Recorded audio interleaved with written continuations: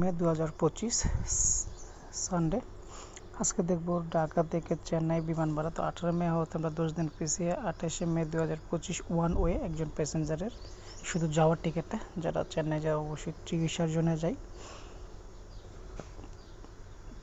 তো আমরা যদি দেখি Dhaka to Chennai one way মাত্র 10,995 টাকা, যেটা 10 ঘন্টা 20 মিনিট জার্নি করতে হবে। অর্থাৎ আপনাকে মুম্বাইতে একটা ট্রানজিট নিতে হবে 5 ঘন্টা 5 মিনিটের।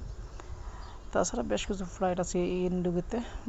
যদি আমরা ফার্স্ট ডেটে যদি নন স্টপ সরাসরি ফ্লাইট দেখি, তাহলে ইন্ডিগো এয়ারলাইন্সের 12,617 টাকা, 12,631 টাকা, 13,627 টাকা সহ বেশ কিছু ফ্লাইট সরাসরি আছে। তাছাড়া শ্রীলঙ্কা এয়ারলাইন্সে আছে কিছু ফ্লাইট যেটা 30,093, এটা খুবই যাবেন আমি আশা করি। তবে আপনি যদি সরাসরি যেতে চান তাহলে 12,617 টাকা, আর যদি ট্রানজিট নিয়ে যেতে চান তাহলে 10,995, অর্থাৎ